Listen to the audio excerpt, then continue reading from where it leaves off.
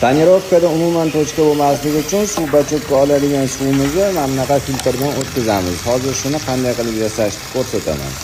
Bakalashkani o'rtasidan kesamiz, qopqog'ini teshamiz. Tepa qismiga salfetkani 3 qavat qilib qo'yamiz. Qopqog'ini yopib, salfetkani ortiqcha joylarini kesib tashlaymiz. Endi buni tekshiramiz. Suv bachak to'lgancha kutib turamiz. To'lgandan keyin filtrni olib ichiga qaraymiz. Ko'zga ko'rinmaydigan mayda qum zarralarini o'zida ushlab qoladi. Ishimiz sifatli bo'lishi uchun qo'limizdan kelgancha mayda chuydalarga e'tibor berishga harakat qilamiz. Tonirovkada umuman tochka bo'lmasligi uchun suv bachakka oladigan suvimizni mana bunaqa filtrdan o'tkazamiz. Hozir shuni qanday qilib yasashni ko'rsataman. Bakalashkani o'rtasidan kesamiz, qopqog'ini teshamiz.